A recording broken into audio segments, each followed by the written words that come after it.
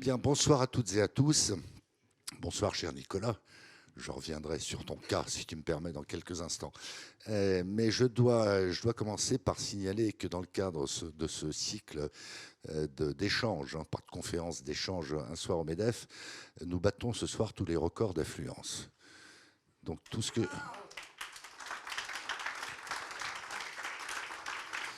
Alors ça me vaut d'abord d'adresser des excuses à celles et ceux qui sont dans des salles adjacentes, mais qui pourront s'exprimer malgré tout. Et puis évidemment de signaler que cette affluence n'est pas l'effet du hasard, elle tient à la personnalité de Nicolas. Je dois dire que lors de notre précédente manifestation à Soir au MEDEF, nous étions avec le cardinal Bustillo, qui est un homme également remarquable, mais il y avait légèrement moins de monde. Donc c'est bien sur toi, Nicolas, que nous comptons pour racheter le salut de notre âme. Plus sérieusement, ce cycle, Un soir au MEDEF, vise, et je me rapproche de sujets sérieux, vise à ce que le MEDEF contribue à nourrir, je serais tenté de dire à oxygéner un débat public, et dans le public, il y a le politique, mais pas que, qui, de notre point de vue, est un peu étriqué, et puis qui est assez systématiquement biaisé. Or, sauf erreur de ma part, on est tous, en tant qu'individus, mais c'est vrai pour les entreprises, c'est vrai pour la sphère publique, c'est vrai pour le pays lui-même, on est tous confrontés à des défis, à des réalités, l'actualité nous le confirme, qui sont très exigeants, et au regard desquels on ne peut pas se réfugier dans le déni, dans l'inertie, mais de mon point de vue encore moins dans l'obscurantisme et une forme de facilité ou de confort intellectuel qui voudrait que systématiquement on reproduise des raisonnements qui ont pu être pertinents pour certains d'entre eux à certaines époques, mais qui, à bien des égards, sont inadaptés aux exigences du moment. Donc, moi, je ne fais pas dans l'intellectualisme. Le MEDEF revendique sa vocation, sa raison d'être, comme on dit maintenant, qui est de défendre les entreprises. Mais les entreprises ne peuvent pas s'extraire d'un environnement qui est celui des idées, qui est celui de la culture, qui est celui des convictions d'une manière générale. Donc, je suis très à l'aise dans le cadre de ces manifestations un soir au MEDEF. Alors, c'est à nouveau de recevoir d'éminentes personnalités. J'évoquais à l'instant le cardinal Bustillo, mais on a eu précédemment des profils extrêmement divers, et je crois que ça participe de cette volonté de contribuer au débat d'idées, et je dirais à l'éveil des consciences, pas les vôtres, qui sont très éveillés, sauf au terme de mon propos peut-être soporifique, mais ça fait partie donc de cet exercice qui consiste donc à apporter des éclairages très libres, très sincères, très étayés au débat public dont on a grand besoin. Alors de ce point de vue, Nicolas Dufourcq est un maître. Nicolas Dufourcq est un maître parce que, bien évidemment, de par les fonctions essentielles qu'il exerce à la tête de la BPI, dont je rappelle que c'était créé ex nihilo il y a... enfin, ex nihilo, non, tu as agrégé bientôt 14 ans, et qui est dorénavant dans le paysage économique français, dans le paysage financier français, et même au-delà de la France, est un acteur absolument déterminant et très, très apprécié.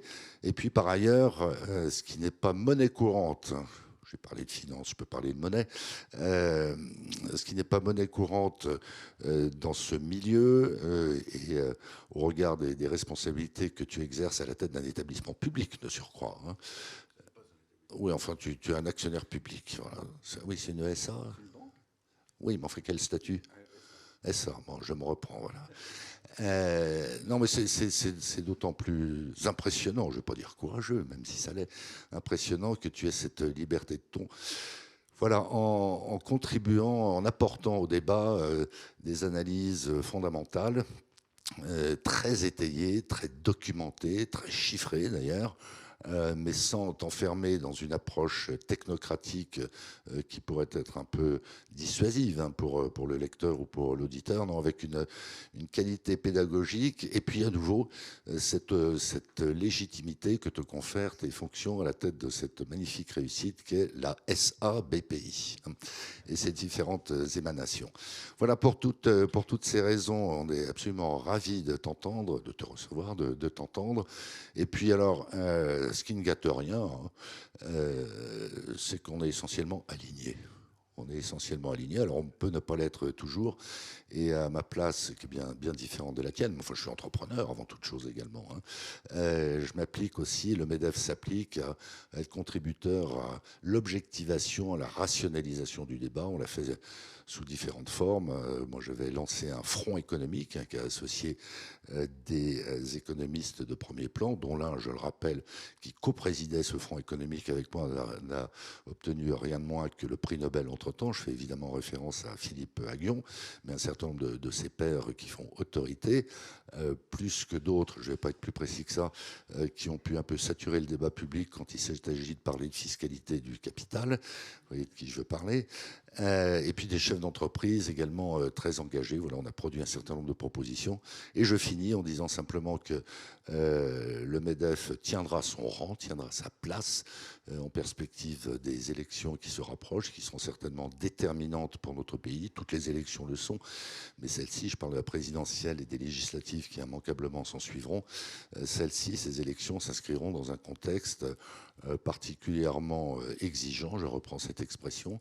Et donc tout ça nous conforte, tu me déjugeras le cas échéant, Nicolas, dans notre conviction que les entreprises ont voix au chapitre et qu'il y a une impérieuse nécessité à ce que notre pays, qui trop souvent s'égare dans des polémiques, s'égare dans des analyses très tendancieuses qui ne prennent en compte ni le temps ni l'espace, je veux dire le sens de la durée et ce qui se passe autour de nous. Moi, je suis très frappé par ça. On a des débats qui sont très franco-français. Dieu sait si je suis patriote. Mais enfin, ça peut nous écarter, nous éloigner en tout cas d'un certain nombre de réalités au sein même de l'Union européenne, mais à travers le monde. Et donc tout ce qui peut contribuer à ce que, en tout cas, on stimule les réflexions, hein, sans prétendre, en tout cas pour ce qui me concerne, détenir la vérité révélée, est non seulement opportun, mais nécessaire. Grand merci encore à toi, Nicolas, d'être ici. Grand merci pour tout ce que tu fais, pour tout ce que tu dis, et à nouveau que je partage. Merci, Patrick.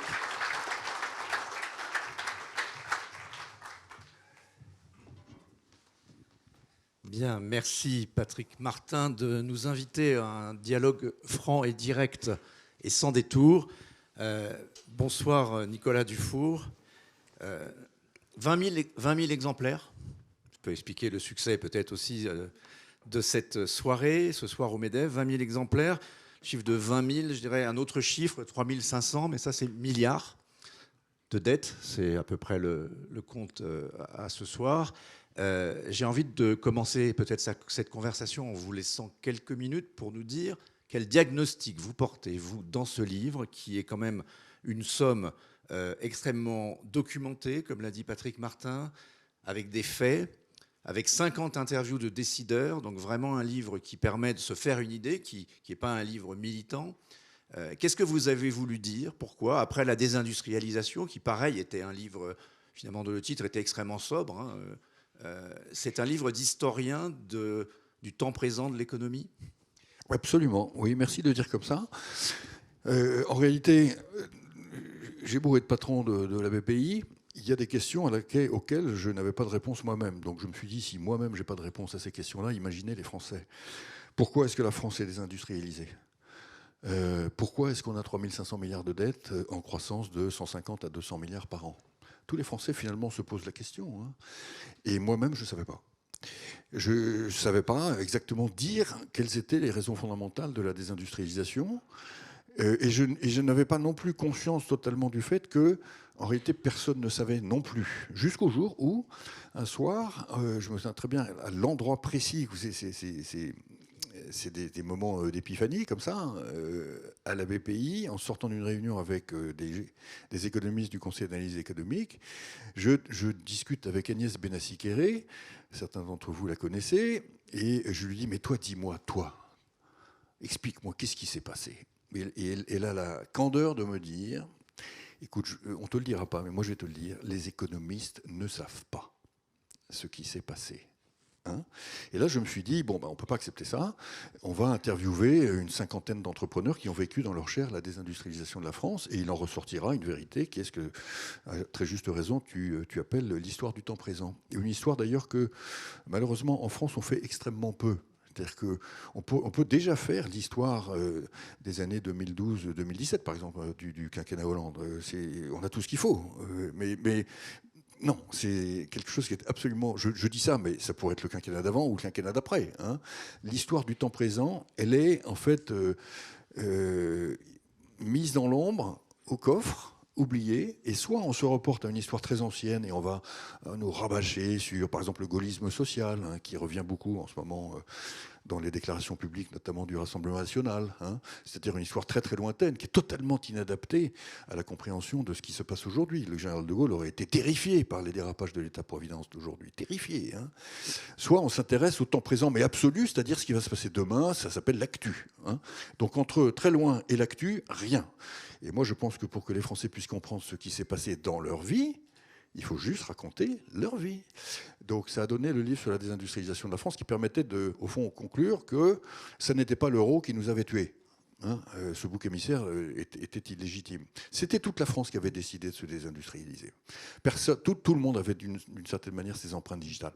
Et est-ce qu'on peut dire que celui sur la dette, c'est la suite logique de celui sur la désindustrialisation ? Absolument, c'est-à-dire que vous voyez bien qu'une des raisons pour lesquelles on a désindustrialisé, c'est que le poids de nos dépenses publiques, alors à ce moment-là de ma réflexion, je disais dépenses publiques. Hein, c'est-à-dire en fait le poids de la sphère publique, qui n'est pas que l'État d'ailleurs, hein, sur l'économie était trop important pour qu'elle puisse naturellement galoper, alors qu'on a un des pays les plus féconds en entrepreneuriat, on a un pays qui est extraordinairement créatif, on a un pays rebelle, on a tout ce qu'il faut pour être la Californie du monde, hein, sauf que c'est une Californie ralentie parce qu'elle a des boulets aux pieds. Bon. Mais se pose ensuite la question de savoir, mais ces boulets, quels sont-ils réellement ? Est-ce que c'est vraiment le budget de l'éducation nationale qui ralentit la France ? Non. Non. Est-ce que c'est vraiment le train de vie de l'État, c'est-à-dire le coût du défilé du 14 juillet, Versailles, tout ça ? Est-ce que c'est vraiment ça le problème ? Non. Quelle est l'origine de la dette, au fond, hein ? Et là, je me suis dit, mais même moi, je ne sais pas dire ce qu'il y a dans ces 3 500 milliards, et je ne sais pas dire pourquoi, à nouveau, dans le budget, donc à l'époque c'était 2025, puisque j'ai commencé à écrire le livre en décembre 2024, on va se prendre 150 milliards. Et donc je me suis dit, on va faire pareil. Je vais interviewer ceux qui ont fait la dette de la France. C'est-à-dire les présidents de la République, les premiers ministres, les directeurs de la Sécu, les responsables et les les directeurs coupables, du Trésor, les directeurs du budget, les économistes de cette génération-là, hein, et les syndicalistes qui ont vécu toutes les grands épisodes de spasmes, comme par exemple la crise de 95, la réforme des retraites de 2008, la réforme des retraites de 2011. Qu'est-ce qui s'est passé ? Bon. Et là, il en est ressorti, en fait, le secret de famille. C'est toujours la même chose. J'ai un petit côté, j'aime bien faire ça, moi, hein, le petit côté accoucheur freudien d'un certain nombre de vérités qui passent tout simplement par le temps pris à écouter des gens qui racontent leur vie. Voilà. Et donc, les 50 personnes interviewées racontent que la dette est sociale, essentiellement sociale. Et quand on leur dit « mais pourquoi vous ne nous l'avez pas dit ?», ils répondent « mais on pensait que vous le saviez ». 2000 milliards sur les 3500. Alors ensuite, on fait ces calculs. Quand on fait les chiffres. On fait ces calculs. Il y a plusieurs manières de les faire. Il y a une manière un peu rapide, volontairement, qui est la mienne, hein, qui est en fait considérer que 54% des dépenses publiques sont les dépenses sociales, et de facto, compte tenu du fait que désormais vous avez une espèce, ayez en tête l'image d'un train de liquéfaction de gaz naturel ou du centre Beaubourg. Tiens, vous voyez le nombre de tuyaux qu'il y a. Bon, il y a à peu près autant de tuyaux entre le budget de l'État et le budget de la Sécu. Donc c'est devenu totalement incompréhensible. Le président de la République lui-même dit que c'est une sorte de débat d'alcoolique maintenant pour savoir à qui appartient quelles ressources, où sont les dépenses. Donc on est dans une immense zone grise qui fait qu'on n'a pas forcément complètement tort de dire que si c'est 54% des dépenses publiques, et moi je rajoute les 2% des frais financiers qu'on paye, qui sont en fait 2 ou 3% d'ailleurs, hein, qui sont affectés directement au financement de la dette publique sociale du passé. Ça donne 56. Et puis une autre méthode, qui est en particulier la méthode de mon ami Jean-Pascal Beaufray, qui lui est chirurgical et qui arrive au même résultat, grosso modo. Donc on va simplifier et on va se dire 2/3 de la dette française, c'est la dette sociale. Et la raison pour laquelle la dette française est en boule de neige tragique, avec des conséquences littéralement existentielles, on va y revenir sur la France, elle est cette fois-ci essentiellement sociale. C'est-à-dire que c'est même pas 60%, c'est 80% de la croissance de la dette qui est imputable au social. Je me permets de t'interrompre parce que ce mot social est très important, parce qu'on dit la dette. Est-ce qu'on ne devrait pas dire notre dette? Et notre dette sociale, pourquoi? Parce qu'il y a plusieurs chiffres dans ce livre, alors je vais les citer, je vais peut-être le faire, mais 58% du déficit et de la dette viennent des prestations du quotidien. C'est-à-dire que la dette, pardon de ce terme, pour les Français, c'est leur niveau de vie. C'est ce qui leur permet de vivre. Et toujours sur la dette, ce chiffre incroyable, 10% des prestations sociales sont financées par endettement. Donc ça veut dire que sur les 300 milliards à peu près de la Sécu, il y en a 10% qui sont payés par la dette. 300 milliards de la Sécu. De l'assurance maladie, pardon. Oui, exactement. Donc on a comment. Alors ensuite, il faut faire l'histoire de tout ça. Et je suis remonté en 1974. Hein. Au début, ça se voit pas. On est les grenouilles dans l'eau chaude. Hein, et tout est fait pour que ça ne se voit pas d'ailleurs. Hein, c'est-à-dire qu'on ne mélange absolument pas le périmètre partenaires sociaux, on va dire MEDEF et syndicats de salariés, qui est le périmètre dit de la sécurité sociale de 1945. Hein. Et puis il y a l'autre périmètre qui est le social dans l'État, c'est-à-dire la retraite des fonctionnaires et toutes les prestations sociales qui voient grosso modo le jour entre la fin des années 60 et le septennat Giscard d'Estaing, hein, et qui sont ensuite constamment enrichis, et qui vont finir par prendre, avec le traitement social du chômage, une importance considérable, puisqu'à la fin, on se retrouve avec un budget de l'État dans lequel 20% des dépenses sont des dépenses sociales. Et donc tout l'imaginaire dans lequel il y a le social d'un côté géré par les partenaires sociaux, un peu comme s'il y avait une sorte de concordat entre la démocratie parlementaire et une autre démocratie représentative faite de partenaires sociaux. Les sociaux gèrent le social, l'État gère le régalien, est totalement faux. Mais ça on ne le dit pas aux gens. Hein. Et donc ces espèces de mélanges principiels en fait, qui brouillent totalement l'imaginaire sont d'abord discrets, hein, et puis au fur et à mesure qu'ils deviennent de plus en plus importants quantitativement, ils sont de plus en plus cachés. Il y a presque une courbe de connivence entre la croissance massive de l'État-providence, d'État qui vient complémenter l'État-providence de Sécu, hein, et la mystique du paritarisme. Hein, qui va gérer le social, hein, et faire en sorte qu'il soit équilibré. Et vous avez tout un parti en fait qui est le parti dont j'ai fait partie, puisque moi-même j'étais au ministère des Affaires sociales quand j'avais 29-30 ans, et qui est le parti consistant à dire la Sécu est bien gérée, l'État est mal géré. Mais fadaise, faux. On l'a pas vu venir. Comment ? On n'a pas vu bouillir la marmite. Alors c'est quoi qui fait bouillir la marmite? C'est le vieillissement, si on veut résumer. C'est fondamentalement, effectivement, le vieillissement, mais c'est pas que ça. C'est pas que ça. C'est également le fait que le but ultime que c'est forger le pays, hein, quand je dis le pays, c'est tout l'univers mental du pays qui va des partenaires sociaux aux médias en passant par les Français eux-mêmes, tout simplement, hein, la politique municipale, les fonctionnaires, quels qu'ils soient, les familles. Le but ultime de la France, c'est toujours d'ailleurs, hein, on le voit bien dans le débat public, la suppression de toutes les souffrances. Le but ultime de la France, c'est pas la puissance.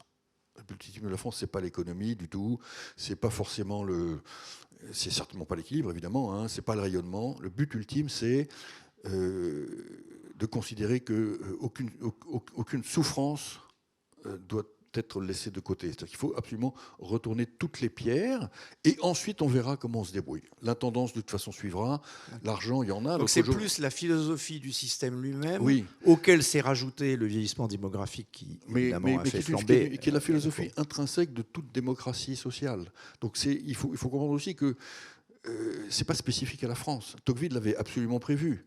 C'est intrinsèque à la démocratie. La démocratie, elle est intrinsèquement une machine égalitaire. Elle produit intrinsèquement la montée des eaux du déluge de la dépense publique jusqu'à ce qu'il y ait des freins d'urgence qui l'empêchent de déraper. Hein. Et à son époque, les freins d'urgence, en général, étaient la guerre. La guerre revenait quand même extrêmement régulièrement. Elle paupérisait le pays. Bon. Il n'y avait pas non plus des marchés financiers qui permettaient de financer une dépense publique massive. Hein. Et il y avait dans son esprit, et c'est là où ça devient extrêmement intéressant du point de vue des camarades du MEDEF, hein, un frein d'urgence anthropologique très important qui était que le citoyen démocratique doit s'accomplir en entrepreneur de sa vie, doit naviguer sa vie pour engendrer la valeur qui va financer la solidarité de la démocratie égalitaire. Hein. C'est-à-dire si le citoyen oublie cela, si le citoyen est dans l'oubli de son devoir d'accomplissement personnel, en fait, d'une certaine manière, devoir d'hyperactivité et obligation de refuser toute situation dans laquelle il devient de facto rentier du collectif, s'il oublie ça, alors la démocratie peut basculer petit à petit, sans que ça se voie, vers un régime centralisé, administratif et, dit-il, totalitaire. Là, et c'est pour ça qu'il fait le contraste entre la démocratie française et la démocratie en Amérique, puisque la démocratie en Amérique est bâtie sur la liberté. L'État vient après la liberté de l'individu, hein, alors qu'en France, la liberté est octroyée par un État qui, un jour, en 1789, s'est réveillé. Mais elle vient après l'État. Aux États-Unis, elle est avant l'État. Et donc le citoyen américain, anthropologiquement, est intrinsèquement entrepreneur. Et donc il est intrinsèquement doté d'un potentiel immunitaire, j'ai envie de dire, contre la tentation d'être rentier. Alors que ça n'est pas le cas du français. Et donc, le rôle notamment de la politique en France et d'un certain nombre de partis politiques, d'intellectuels, qui, entre nous, depuis 20 ans, ont fait totalement défaut sur notre question, hein, est de réimmuniser le citoyen français contre la tentation de la rente. Or, malheureusement, ça ne s'est pas passé. Donc il faut se dire que dans notre histoire, ce qu'on est en train de vivre est un des épisodes les plus fâcheux qu'on ait jamais vécu. Hein, puisque c'est un pays qui se paupérise alors même qu'il n'est pas en guerre. D'habitude, une démocratie se paupérise à cause de la guerre. Bon, là, il n'y a même pas de guerre. Et on se paupérise pourquoi ? On se paupérise parce que tout ce que je viens de décrire ne s'est pas accompli. Et donc, on a en fait, et je pense que pour le coup, autant l'euro n'est pas responsable de la désindustrialisation, autant l'euro est responsable du toboggan de la dépense sociale, puisqu'il n'y a plus de frein d'urgence qui était la dévaluation, qui était la discipline monétaire, qui était la sanction des marchés, etc. Et quand il n'y a plus de frein d'urgence, eh ben les pommiers font des pommes. Le pommier de l'État-providence, avec un engrais terrible, qui est une espèce de drogue qui s'appelle la dette, donc le pommier sous douche de dette quotidien fait beaucoup, beaucoup de pommes. Hein. Et ces pommes, c'est la création de nouveaux droits à peu près tous les 6 mois. Et plus le déficit est profond, plus la crise financière se rapproche, plus on fait des droits. Le budget 2026 étant d'ailleurs l'alma mater de l'équation fatale que je décris. C'est-à-dire que plus on se rapproche du moment où, en réalité, on va dévisser, plus on s'octroie la possibilité, et ensuite toutes les institutions jouent, bien entendu, mais il y a les Français derrière tout de même, hein, à interrompre la réforme des retraites, créer le congé parental, un congé parental de plus, le congé de naissance, à donner le repas à 1 euro pour les étudiants dans les universités en allant prendre sur le budget du CNRS 150 millions, augmentant la prime d'activité pour 2 milliards d'euros, ce qui est à peu près l'équivalent de la totalité du budget de financement de l'innovation annuelle de la BPI. Hein. Voilà. Et donc, je prends un peu de temps pour vous décrire cet enchaînement fatal, parce que il ne va pas s'arrêter. Encore une fois, Tocqueville appelait ça les eaux du déluge. C'est une marée qui monte jusqu'au jour où la société tout entière décide que ça ne peut plus durer parce qu'elle a compris les conséquences épouvantables de ce qu'elle était en train de vivre. Et ces conséquences, c'est quoi ? C'est l'étouffement qui a commencé. Qui a commencé. Quand on a un budget de recherche en France qui est de 12 milliards, qui est équivalent au coût de la prime d'activité ou au coût du RSA, hein, c'est qu'on a commencé à s'étouffer. Et ça n'est que le début, puisque les intérêts passent de 70 à 100 milliards, et donc vous allez voir qu'on va couper la recherche. On va continuer de couper la justice. On va couper la culture, on va couper tout ce qui on va couper l'éducation, on va couper tout ce qui prépare l'avenir. On va essayer de pas être complètement déprimé au sortir de cette soirée. Attendez, il y a peut-être des solutions et vous en évoquez. Mais pour rester sur l'origine quand même, à quel moment ce glissement s'est produit d'après vous, cette irresponsabilité? Parce que moi j'ai été comme vous éduqué dans les bonnes écoles en disant il faut que les comptes sociaux soient à l'équilibre pour des raisons d'équité intergénérationnelle. On disait à l'époque, les retraites devaient être financées d'une génération à l'autre. Et il fallait... alors ça a donné lieu, je crois que tu as travaillé avec René Tolade, il y a eu tous ces débats. À l'époque, on avait un optimisme, on disait on trouvera des solutions en jouant sur les différents paramètres. Là, ce qu'on est en train de se rendre compte, c'est que ce n'est pas le cas. On a laissé, effectivement, dans la société française, se nourrir cette idée que c'était pas grave, la dette allait être notre niveau de vie et il n'y a pas de freins d'urgence qui ont été mis en place. On a eu des débats sur la règle d'or, comme les Allemands, on l'a jamais mis en place. L'euro a plutôt eu tendance à nous immuniser du risque des marchés qu'on a pu connaître avant l'euro, qu'on ne connaît plus depuis. Donc, à quel moment on peut dater cette bascule dans la dette est inarrêtable? Alors, d'abord, je ne suis pas sûr qu'on ait basculé dans l'idée que la dette était inarrêtable, puisqu'à chaque campagne présidentielle, les candidats promettent de l'arrêter. Et quand vous proposent des dépenses.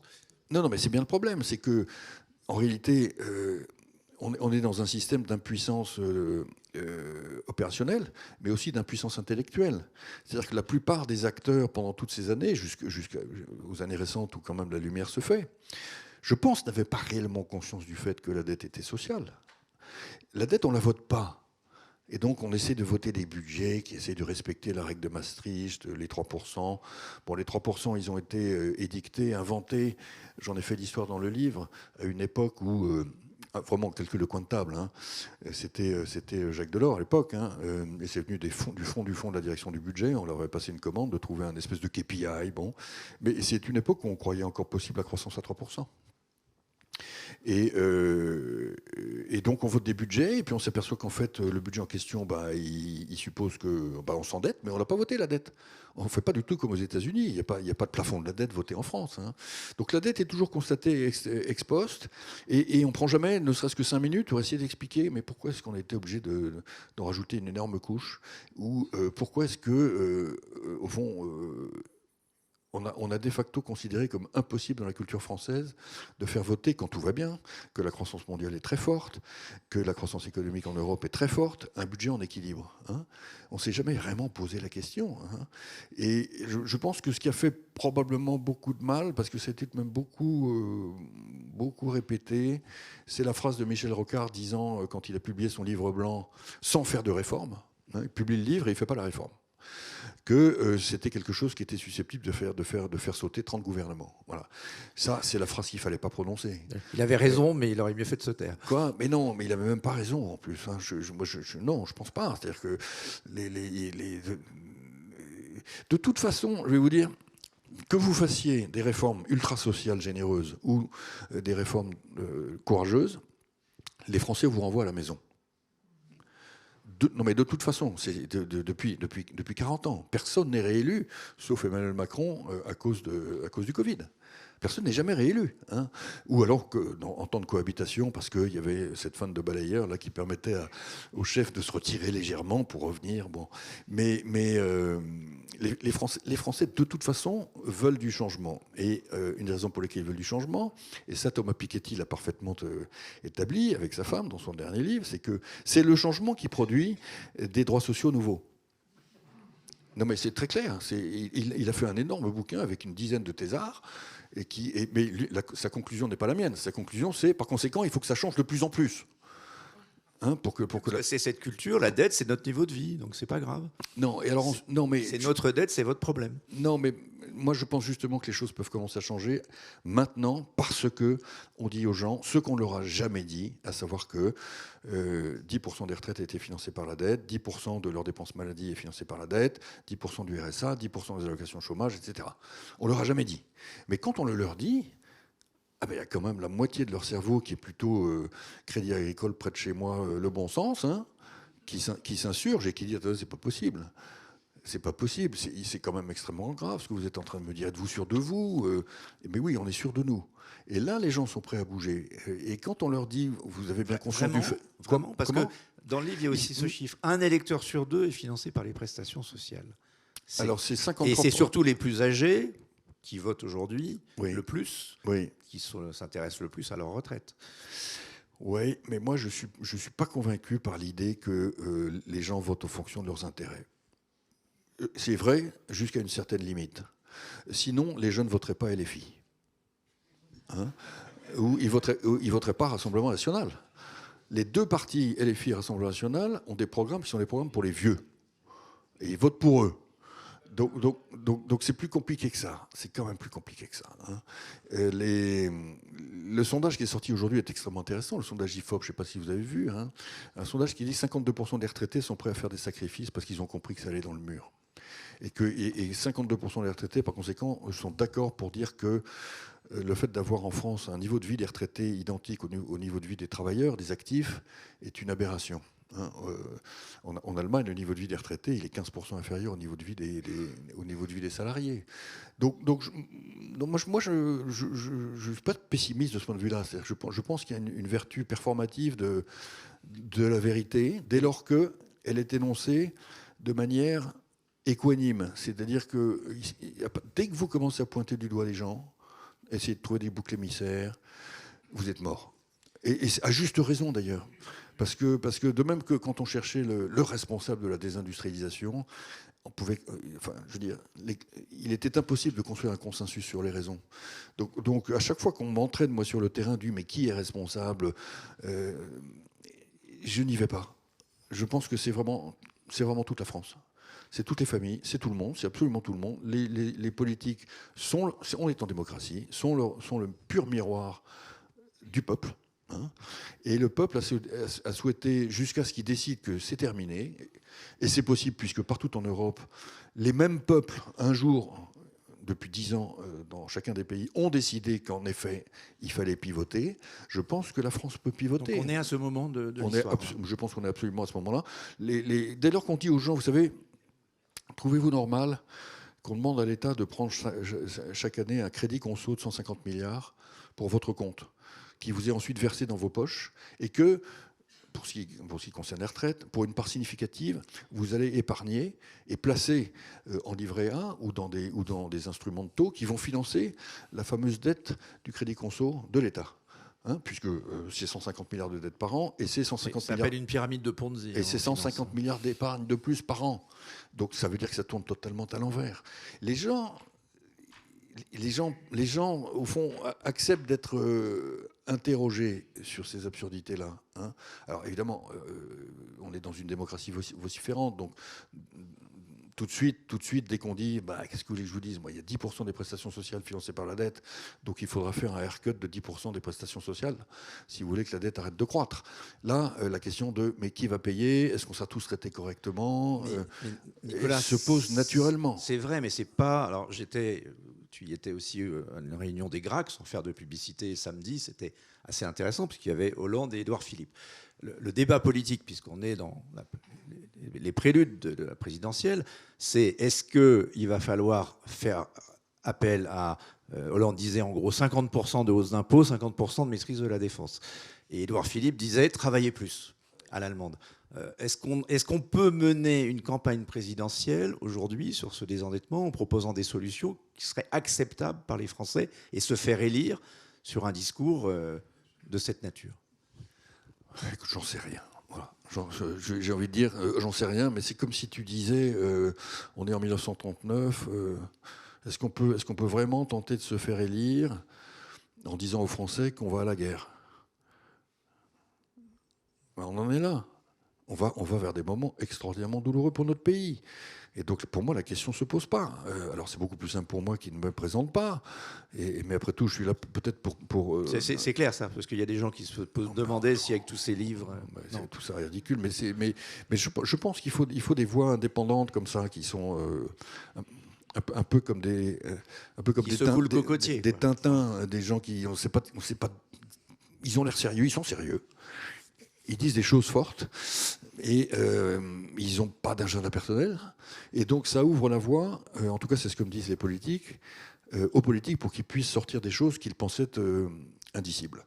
Le mot qui tue la France, c'est indicible, inaudible. On ne peut pas le dire aux Français, mais moi je pensais absolument l'inverse. On a un absolu devoir de vérité. Les Français sont patriotes. Hein, et les Français ne vont pas laisser la France tomber. Hein. Et c'est l'élément d'optimisme qu'on trouve dans le livre. C'est finalement la solution, c'est de changer les imaginaires.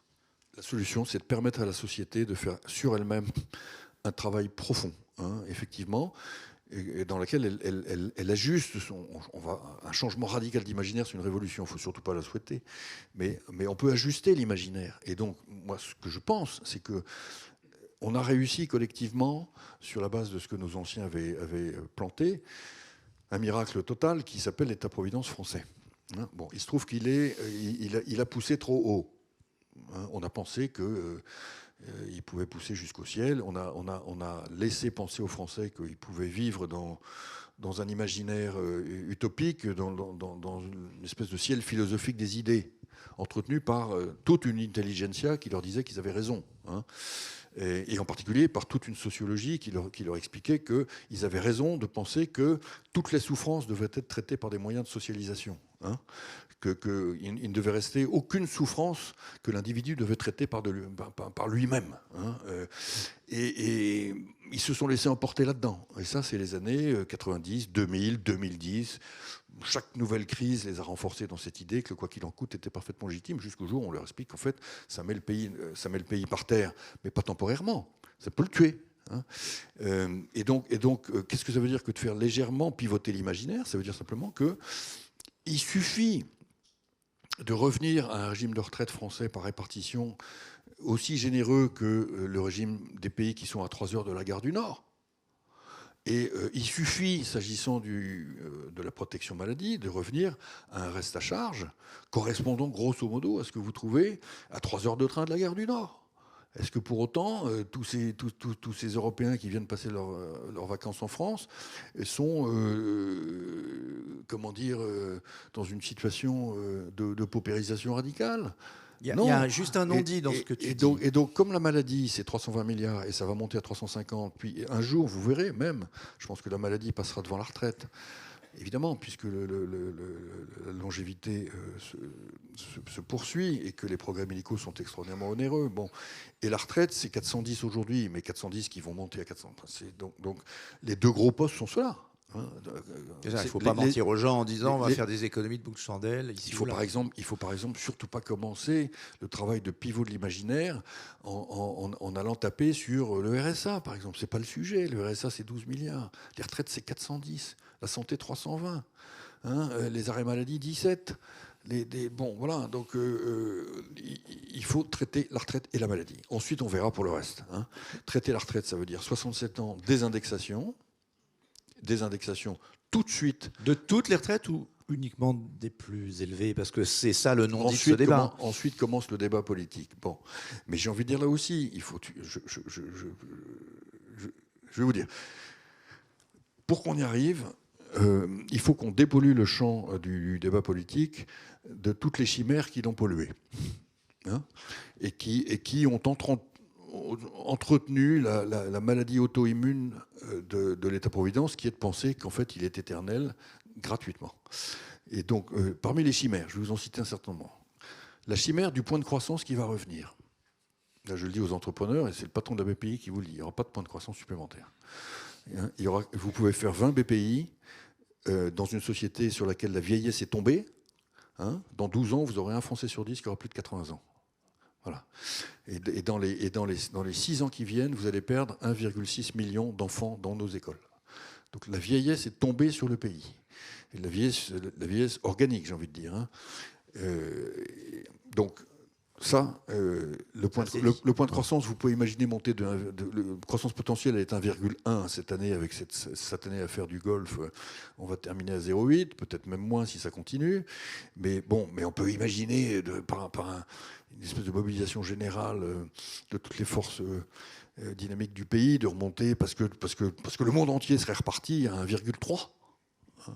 Mais le fameux 2 de Nicolas Sarkozy. L'IA ne va pas faire de miracle sur la croissance. L'IA, on ne sait pas du tout ce que ça va donner. On ne sait pas d'ailleurs. Franchement, ça va commencer. Bien malin qui sait. Je pense que ça va commencer par faire très très mal sur les cols blancs et que le traitement, pour le coup, de la souffrance des cols blancs bien légitime va coûter beaucoup d'argent. Bon, ça sera un autre débat. Autre chimère. Mais donc la natalité. Ça fait partie des fiertés françaises qui sont devenues des chimères, derrière lesquelles on s'est retranché. On s'est dit, nous, on est français, on n'est pas comme les autres, on est féconds. On est français. Un réarmement démographique. Et donc, ce qui arrive aux Allemands, c'est les Allemands, les Polonais, les Polonais. Mais les Français, nous, on est féconds. C'est terminé. Et donc, maintenant, il faut dépenser beaucoup, beaucoup d'efforts et d'argent pour que ça s'arrête à 1,6. Et si on ne dépense pas tout cet argent, c'est-à-dire toute la branche famille de la Sécu, ça va tomber à 1,3. C'est le désir d'enfant qui tombe. C'est pas la fécondité. C'est le sujet du logement des jeunes. Bien sûr, bien sûr. Enfin, quand il y avait en pleine crise du logement dans les années 46, 47, 48, les Français n'ont jamais fait autant d'enfants. Donc on peut toujours trouver des explications, des excuses. La vérité, c'est que notre société, nos enfants, voilà, tout ça est un ensemble. L'État-providence produit de la vieillesse et de la dénatalité. L'État-providence produit tout. L'État-providence produit une classe politique qui entretient l'État-providence aussi. L'État-providence engendre des syndicats qui défendent l'État-providence. L'aquarium entretient l'aquarium. C'est comme ça.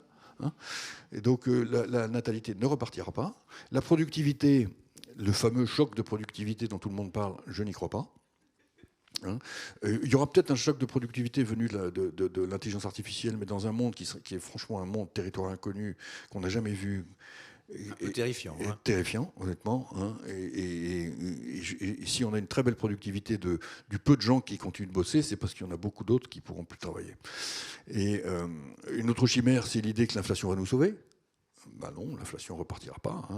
Dans un pays vieux, il y a beaucoup moins d'inflation que dans un pays jeune. Et de toute façon, la Banque Centrale Européenne est payée pour qu'il n'y en ait pas. Et les autres pays européens de l'Eurogroupe ne veulent pas d'inflation. Donc il n'y aura pas d'inflation. Autre chimère, la Banque Centrale Européenne nous sauvera. Elle nous a sauvés. Elle ne nous sauvera pas. Je les ai vus l'autre jour. C'est hors de question pour eux de revenir à du rachat de dettes françaises. Eux, ils attendent, voilà l'expression, le mot en anglais, the day of reckoning. Vous avez compris? C'est Shining.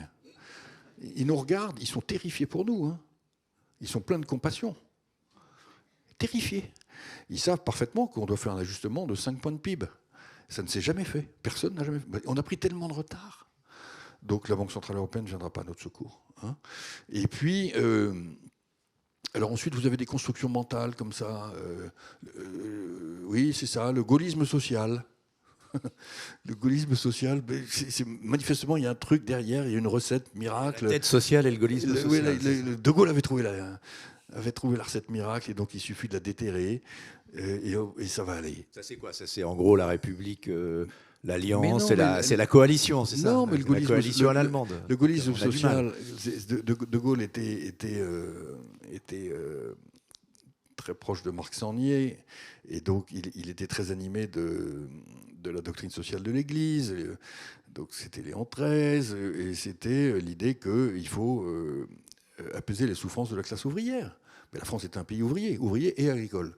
Il n'y avait pas de cadre, il n'y avait rien. Je veux dire, il y avait quoi, 3% de classe d'âge au niveau du bac à l'époque. Et donc apaiser les souffrances de la classe ouvrière, c'était grosso modo le programme de 36 qu'il faisait absolument sien. Donc c'était le congé payé, bien entendu. C'était la semaine de 40 heures, mais enfin dans son esprit, il était hors de question de passer à 35. Et c'était le partage salaire-travail. Donc c'était la participation, l'intéressement. Cette idée qu'il fallait dépasser l'opposition communisme-capitalisme. Donc il fallait qu'une partie du capital soit régulièrement transmise, du capital de l'entreprise dans laquelle l'ouvrier travaille, à l'ouvrier sous forme de la participation. Donc c'était sa grande réforme.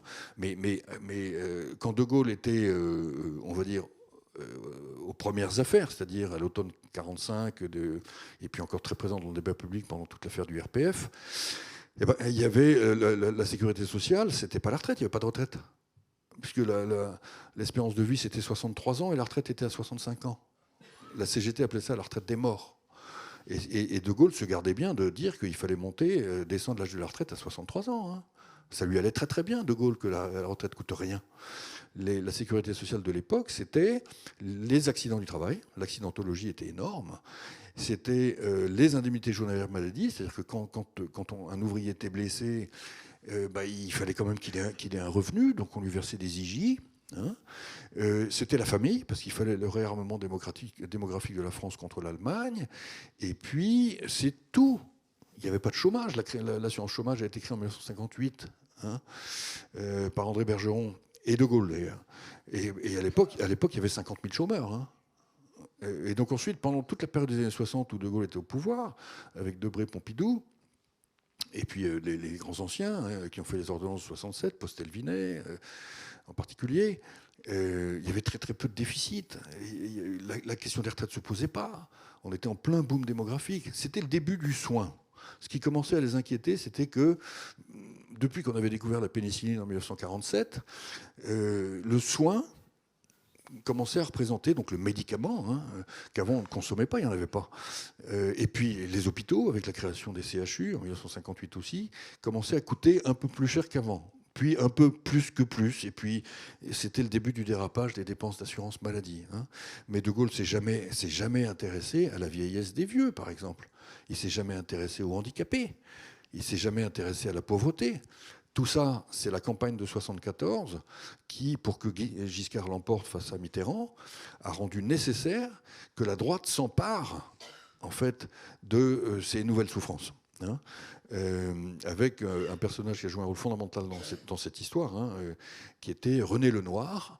René Lenoir, qui était secrétaire d'État de Valéry Giscard d'Estaing, le père du philosophe Lenoir, que vous connaissez tous, et qui a inventé la notion d'exclu. Mais De Gaulle n'avait pas du tout vu, les exclus. Donc le gaullisme social, ça ne veut rien dire. Ça ne s'applique absolument pas à la période d'aujourd'hui. Ça n'existe pas. Hein, voilà. Alors il y a des chimères comme ça, je pourrais vous en lister des tonnes. Hein. Il y en a une autre, tiens, qui est de dire non, mais quand même, il y a une vraie raison pour laquelle les Français ont du mal à partir à la retraite. Hein, c'est que les entreprises, le management dans les entreprises françaises est beaucoup moins bon que dans les entreprises étrangères. C'est un management vertical, un peu paternaliste, autoritaire, descendant. Mais c'est du pipeau complet, ça.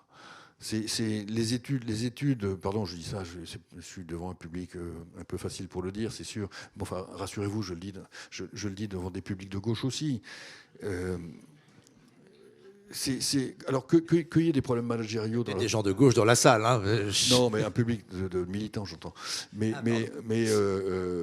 qu'il y ait des problèmes de management, bon, évidemment, il y en a toujours. Bon, qu'il y en ait particulièrement beaucoup dans la fonction publique, ça, je suis bien placé pour vous le dire. Hein, parce que tout est fait pour qu'on ne puisse pas manager. Dans l'entreprise privée, moi ça fait 30 ans que je dirige des entreprises de facto, enfin, soit complètement privées, soit gérées comme du privé, puisque la BPI, il n'y a pas un fonctionnaire dans la BPI, on est convention collective des banques.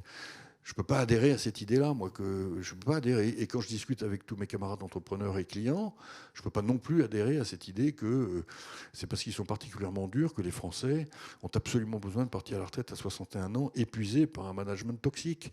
Ça fait partie des chimères dans lesquelles on entretient les Français. Et en particulier, d'ailleurs, ceux qui ne travaillent plus, ou pas.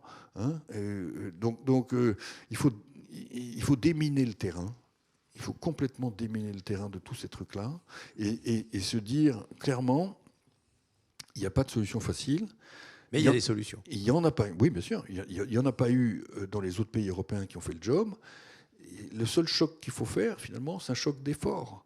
Donc le choc d'effort retraite, je me répète, c'est 67 ans désindexation. Ensuite, on peut retravailler pour la énième fois la question de la pénibilité. Mais là aussi, je pense qu'il faut déminer le terrain de la pénibilité.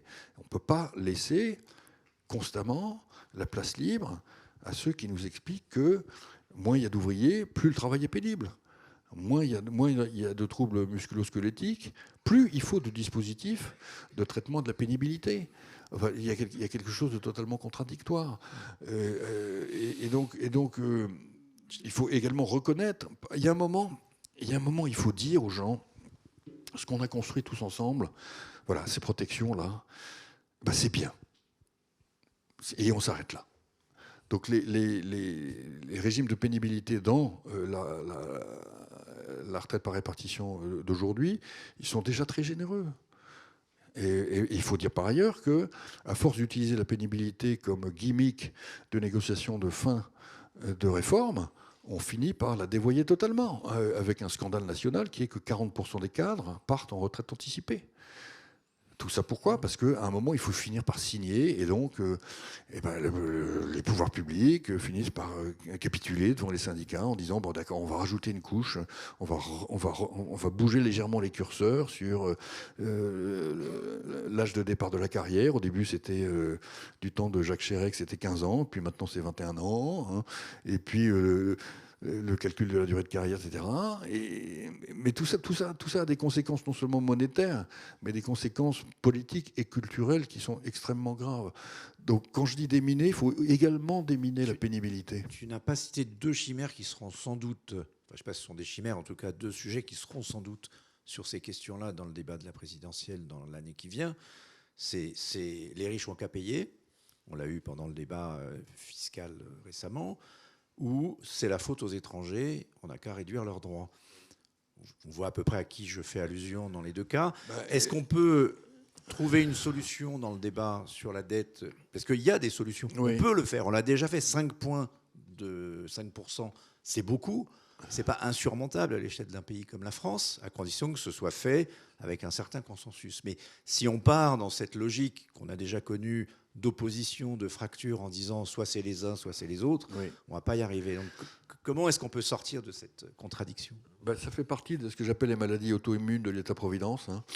C'est-à-dire que malheureusement, l'État-providence engendre des choses absolument magnifiques, hein, c'est-à-dire la possibilité d'une liberté personnelle totale, précisément parce qu'on est protégé. Donc normalement, on devrait être les plus entrepreneurs du monde, puisqu'on est totalement protégé. Ça, c'est la beauté de l'État-providence. Mais il y a j'ai envie de dire, des manifestations moches de ce qu'engendre l'État-providence, qui sont à gauche, on va dire, à l'extrême droite aussi un peu, mais enfin surtout à l'extrême gauche, la jalousie. La jalousie est une maladie auto-immune de l'État-providence, de la démocratie égalitaire. Bon. Et donc là, il va falloir taper sur les riches. Et tant que les riches n'ont pas montré qu'ils faisaient le premier pas, à ce moment-là, on ne peut demander d'effort à personne. Hein. Sauf que ça n'a jamais marché. À chaque fois qu'on a demandé aux riches de faire le premier pas, le second pas n'a pas été fait. Hein, quand Juppé, au printemps 95, déplafonne l'ISF, avec les conséquences catastrophiques qu'on connaît sur les ETI familiales, c'était pour, d'une certaine manière, acheter... Pour passer à l'euro. Non, c'était pour acheter la réforme des retraites de l'automne, qui n'a pas eu lieu. Hein, donc on a gardé le déplafonnement, mais on n'a pas fait la réforme des retraites, des régimes spéciaux en particulier. Et il a fallu, pour les régimes spéciaux, attendre un petit peu 2008, mais surtout 2011. Et encore, entre nous, hein, une demi-réforme, parce que pour sortir la négociation, en retard d'une réforme. Sarkozy a cédé pratiquement sur tout, quoi. Donc les fameux sacrifices des riches n'est pas la solution. Ne servent à rien en réalité. Hein. Alors je ne dis pas qu'il ne faut pas le faire. Il faut évidemment tuer la chimère selon laquelle on va trouver un pot of gold de 40 milliards chez les riches. Il n'y a pas assez de riches en France. Il n'y a que 25 000 couples qui déclarent plus de 450 000 euros à l'IRPP chaque année. Hein, 25 000, vous vous rendez compte ? En fait, il y a très, très peu de riches en France, quoi. Bon. Donc la masse fiscale mobilisable est très insuffisante. Et puis à droite, à l'extrême droite, le truc moche qui sort de l'État-providence, c'est la détestation de l'autre. Hein, à gauche, c'est la jalousie, et à droite, c'est la détestation de l'autre, en l'occurrence l'immigré. Et quand vous regardez le programme publié en septembre dernier, hein, Patrick s'en souviendra, par le Rassemblement national, de budget pour 2026, il disait clairement qu'ils allaient obtenir 9 milliards d'euros d'économies en tapant sur les immigrés. Hein. Bon, ça n'existe pas, ça. Chimère. C'est chimère totale. Ces 9 milliards n'existent pas.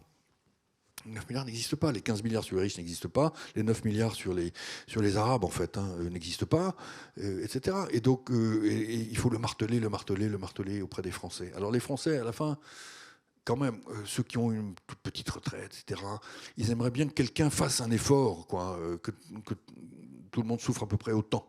Hein. Et on peut comprendre ça. Hein, on peut comprendre ça. Mais moi, je pense qu'on peut aussi s'adresser à l'intelligence collective en disant, de toute façon, on cherche 120 milliards. Donc on est une société ultra populaire, ultra solidaire, une société de classe moyenne qui est finalement hyper homogène.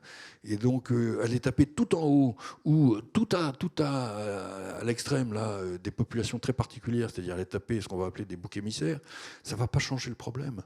Ça va juste pas changer le problème. Ça va l'hystériser. Il faut qu'on se pose nous la question de savoir comment on lègue à nos enfants une démocratie sociale pérenne. Et pas un champ de ruines fumant. Ça, c'est la grande cause. La grande cause, c'est celle-là. Nos enfants. La grande cause, c'est, OK, on ne s'est pas rendu compte. Il y a un moment, alors quand est-ce que c'est ? C'est probablement dans les années 2000, où on a pris la mauvaise route. Hein. Et, donc on peut la dater quand même un peu. On la date de l'euro. Voilà. C'est-à-dire que l'euro que tout le monde critique, en fait, a été le grand narcotique. C'est tout. Et l'euro a permis en fait de brancher une pompe à poudre blanche de drogue dont le débit est devenu de plus en plus important. Et ça, mais ça veut dire qu'il faut reprendre beaucoup de choses, parce qu'il y a beaucoup de gens qui considèrent que l'Europe est responsable, etc. Mais il faut leur expliquer que sans l'Europe, là, le franc est devenu une roupie de Sansonnet. Hein. De la roupie de Sansonnet. Le franc, enfin, je veux dire, si on sortait de l'euro, il y aurait une dévaluation de 50 à 60%. Je crois il faut que les gens comprennent ça. Même les extrêmes ont compris que ce n'était pas une bonne idée. Ils finissent par le comprendre parce que les Français ont gardé le minimum de bon sens de la protection de la valeur de leur patrimoine. Je pense que c'est tout simplement ça. Mais moi, honnêtement, je pense que si on creusait l'imaginaire idéologique, par exemple, de l'extrême droite, ils veulent toujours sortir de l'Europe. Hein. Ils sont Frexit, ils sont complètement Frexit. Hein. Et les Français comprennent bien qu'en fait, il y a quelque chose dans tout ça qui boucle pas dans le raisonnement. Hein. En même temps, ils semblent prêts à se résoudre à donner le pouvoir à l'extrême droite. Alors ça, c'est bien le problème auquel on est confronté, c'est que dans l'environnement saturé de l'arsène et de colère, où effectivement on demande aux gens de faire des gros efforts, de renoncer à beaucoup de désirs, hein, la répression, dans un langage un peu psychanalytique, pardonnez-moi, mais la répression des pulsions demandée aux gens est très forte. Hein. La demande de responsabilité individuelle qu'il aurait envoyée est très forte. Hein. Et c'est vrai que pour beaucoup d'individus, elle est peut-être trop forte. Et donc, dans ce cas-là, ça déborde et ça s'appelle la colère. Et la colère, elle est aveugle. Et donc, vous votez pour n'importe quoi. Vous votez pour des programmes qui vont vous appauvrir. C'est bien ce qui s'est passé avec le Brexit. Le Brexit est un drame tragique pour la Grande-Bretagne. Tragique. Et c'est un pur vote de colère. Donc, c'est le problème auquel on est confronté aujourd'hui. Hein. Mais moi, j'ai tendance à penser que... Allez, un mot d'optimisme pour finir avant de lancer le débat. Mais parce que, non, mais franchement, je pense que l'année 2026 est une année fondamentale dans l'histoire des 50 dernières années. Parce que c'est l'année... Fondamentale. Fondamentale. Parce que l'année 27 est l'année où les choses peuvent vraiment basculer pour le pire. Et les Français ont quand même conscience de ça. Et donc, ils ont quand même plutôt les oreilles bien ouvertes. Hein. Et donc, on peut faire passer un certain nombre de messages de bon sens et de bienveillance. Encore une fois, aucun message... Il faut trouver le bon équilibre. Comment ? Il faut trouver cet équilibre. Mais oui, c'est-à-dire que c'est notre bien commun. Qu'est-ce qu'on fait pour nos gamins ? État-providence, c'est notre bien commun. Qu'est-ce qu'on fait pour nos gamins ? Qu'est-ce qu'on fait pour nos gamins ? Qu'est-ce qu'on fait pour nos gamins ? Il s'agit pas... Et surtout, il faut éviter le conflit de génération. Hein. C'est-à-dire qu'il ne s'agit pas de culpabiliser les vieux. Ils n'ont rien demandé. Les retraités, personne n'a rien demandé dans cette affaire. C'est qu'on s'est juste gouré, quoi. On s'est gouré de chemin. Collectivement. Souvenez-vous pour qui vous avez voté depuis 30 ans. Est-ce que vous avez voté pour ceux qui vous alertaient qu'on allait dans la mauvaise direction ? Eh ben non. Donc on a tous les doigts dans le pot de confiture. Tous. Et donc, parce que on a voulu rêver, et puis parce que, je sais pas, adhésion psychique à un personnage ou à une personne. Mais on n'a pas élu Raymond Barre. Hein. On n'a pas voulu de Raymond Barre. Et on n'a pas. Alors bon, Balladur, je serais plus tempéré sur mon jugement, parce qu'en fait, c'était lui aussi un enfant de l'État-providence, à la différence de Raymond Barre. Hein. Mais voilà. Donc au fond, inviter les gens à se regarder, comment dire, sincèrement dans la glace, je pense que c'est pas impossible. On va s'arrêter là parce qu'il faut que je m'arrête là. C'était, je crois,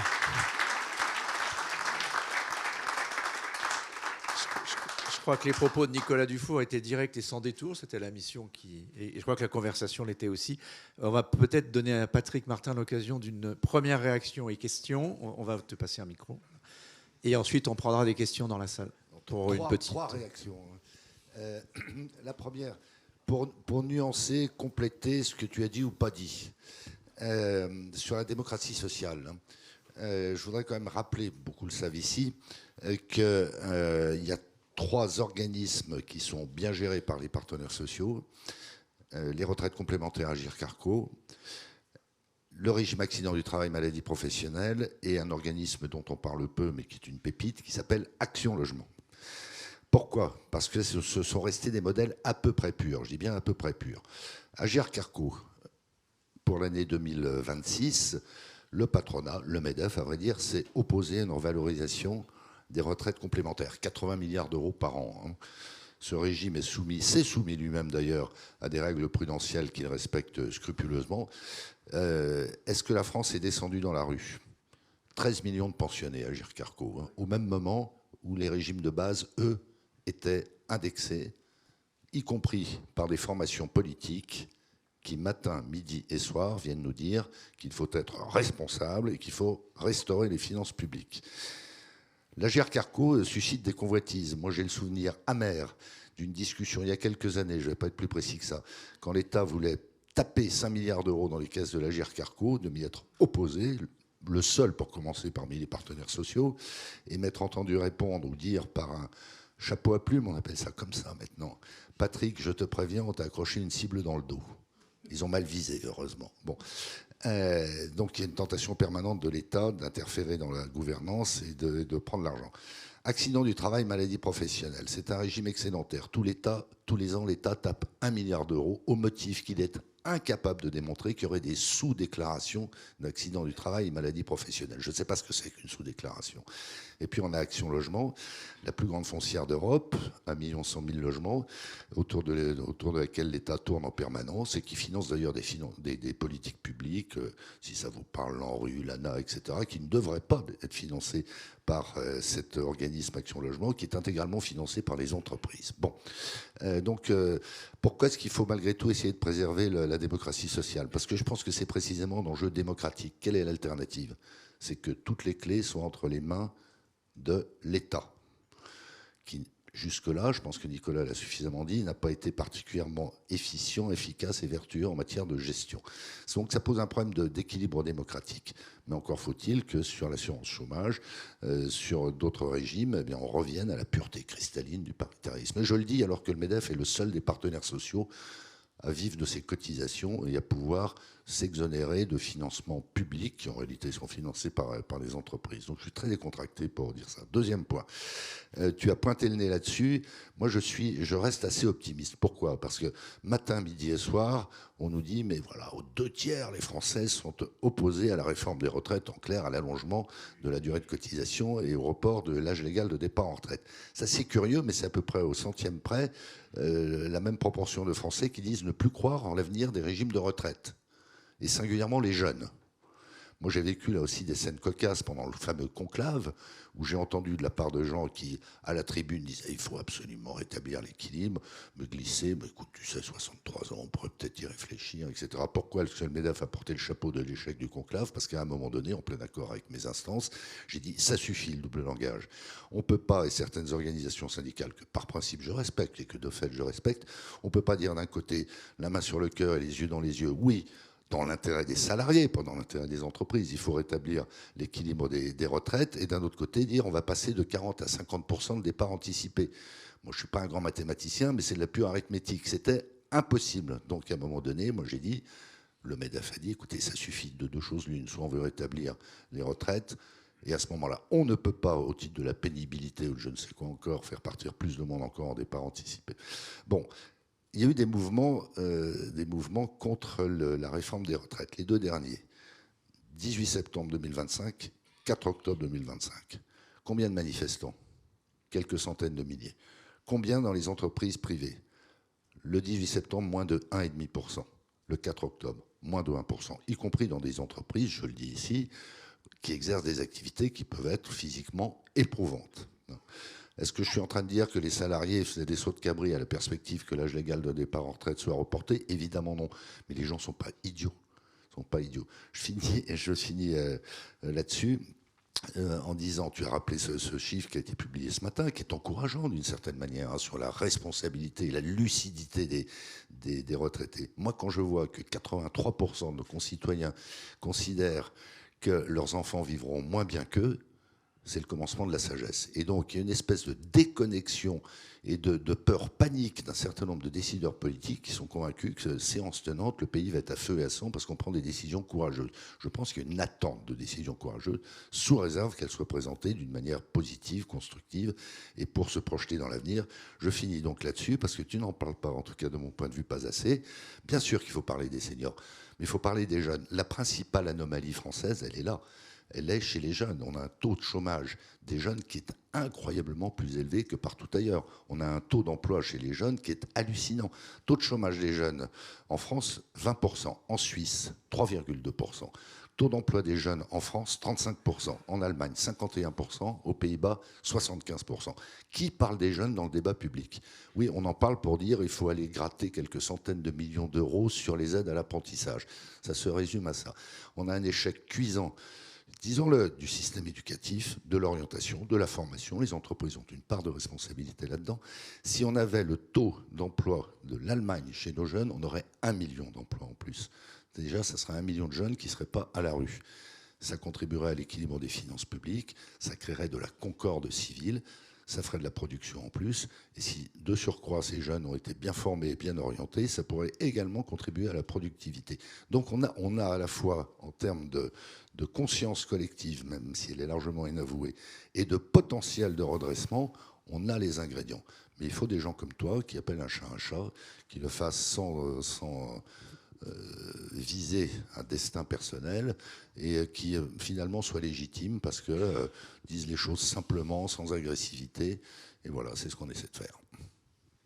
Merci. Une réaction... Une réaction, Nicolas, puis on va prendre une ou deux questions. Non, mais c'est une très bonne transition vers le sujet de la règle d'or. C'est que Agirc-Arrco a une règle d'or. C'est-à-dire que si les partenaires sociaux ne se mettent pas d'accord sur l'indexation des retraites, il n'y a pas d'indexation des retraites.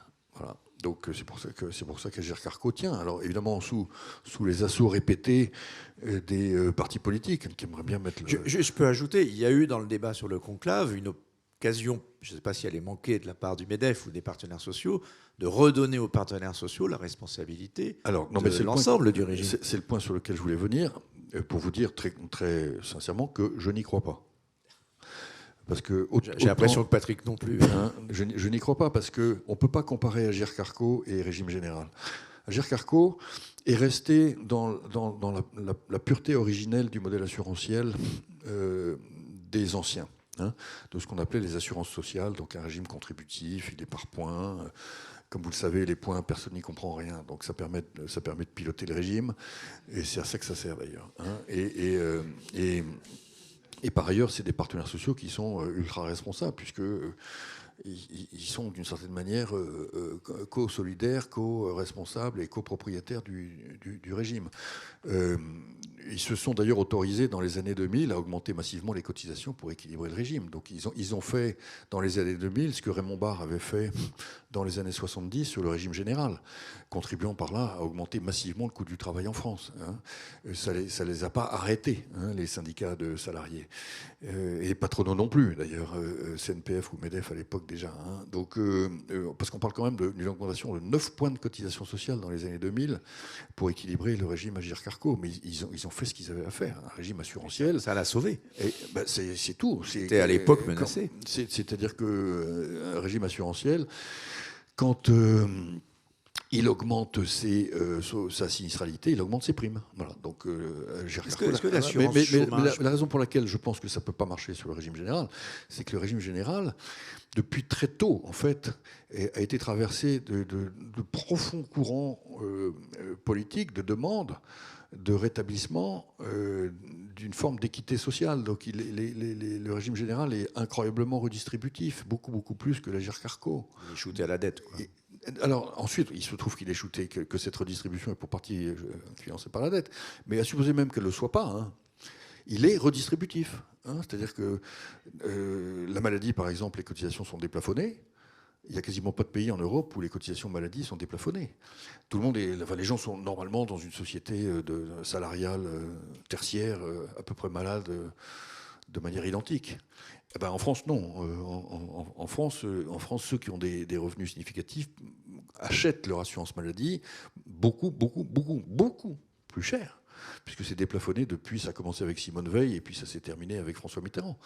Et le régime de retraite de base, il est lui-même ultra redistributif, incroyablement. Moi, à titre personnel, je compare ce que je vais recevoir moi à quelqu'un qui a été juste professeur de piano toute sa vie avec une rémunération au SMIC. Hein.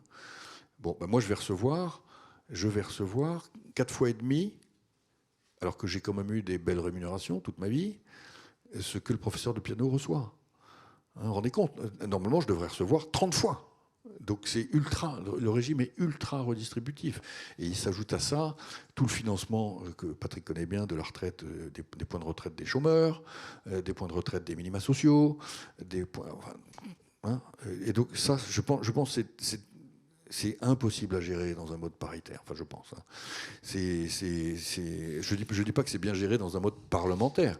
C'est par ailleurs très mal géré dans un mode parlementaire. Est-ce que ça, c'est pas un point important du débat ? Je vais prendre la question, mais entre système bismarckien ou beveridgien, comme on disait autrefois, entre un système très égalitaire ou un système très responsabilisant, on n'a pas des voies de passage justement, aujourd'hui, je pense à l'assurance chômage aussi, d'un système qui soit peut-être moins égalitaire et qui accepterait. Mais évidemment, quand on disait qui va payer, ça veut dire que ceux qui ont plus paieront plus pour leur assurance maladie, ou alors ils recevront moins. Les assurances sociales ont été construites dans une société où il n'y avait pas de chômage. Donc l'homothétie entre travail, assurance était à peu près pure. Et puis le chômage est arrivé. Hein. Et naturellement, dans la générosité naturelle de l'État-providence et de la société française, à laquelle je souscris, on a quand même décidé de protéger ceux qui ne travaillaient pas, de les soigner, pour commencer, hein, alors qu'ils n'avaient pas cotisé. Et puis ensuite, quand ils avaient des carrières hachées, de leur donner quand même des droits à la retraite. Hein, de sorte que dans les... Je ne sais plus combien c'est maintenant, ça doit être 45 milliards l'UNEDIC de versement chaque année. Hein, les cotisations retraite versées par l'UNEDIC pour les chômeurs, c'est de nombreux milliards d'euros. Hein. Et donc, on a de facto... il n'y a jamais eu de référendum là-dessus. On n'a jamais dit aux Français, Français, acceptez-vous d'avoir un système d'État-providence qui donne autant de droits à ceux qui travaillent et ceux qui ne travaillent pas. Mais c'est pourtant ce qu'on a fait. Hein. Je ne le sens pas dans la campagne présidentielle. Et non. Sur le chômage, Patrick dit peut-être. Non.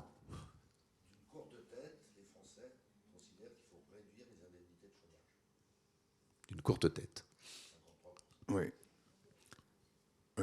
Est-ce qu'il y a des questions dans la salle ? Oui, je vois des mains qui se lèvent. On va vous donner un micro. Alors, si ça peut être une question, on peut en prendre une ou deux, comme ça, il nous reste une dizaine de minutes. Merci pour ce constat sanglant. En fait, compte tenu de la réalité de l'effort qu'il faudra faire pour que ça marche, je me dis qu'on n'y arrivera pas, de mon point de vue, hein, en jetant aux Français des dépenses par silo. Je crois qu'il va falloir rebâtir de A à Z le contrat social. Personne n'en parle parce que ça demande un courage fou, mais il faut raconter une nouvelle histoire. Il faut rebâtir liberté, égalité, fraternité. Ça veut dire quoi ? À l'intérieur du contrat social. Parce que moi, je ne vois pas comment on va imposer ces milliards d'économies aux Français sans faire notre aggiornamento en matière d'inégalité, sans faire même l'audit du fonctionnement de l'État. Je suis désolée, il y a des absurdités qui coûtent un pognon de dingue. Donc, à un moment, il va falloir remettre de l'ordre dans tout ça et faire les choses dans une forme d'ordre pour aller vite, parce que sinon, on va échouer. Et moi, j'ai très, très peur, honnêtement. Moi, je suis... Comment dire ? Je suis pas pour les révolutions parce qu'en général, ça détruit beaucoup plus de valeur que ça n'en crée.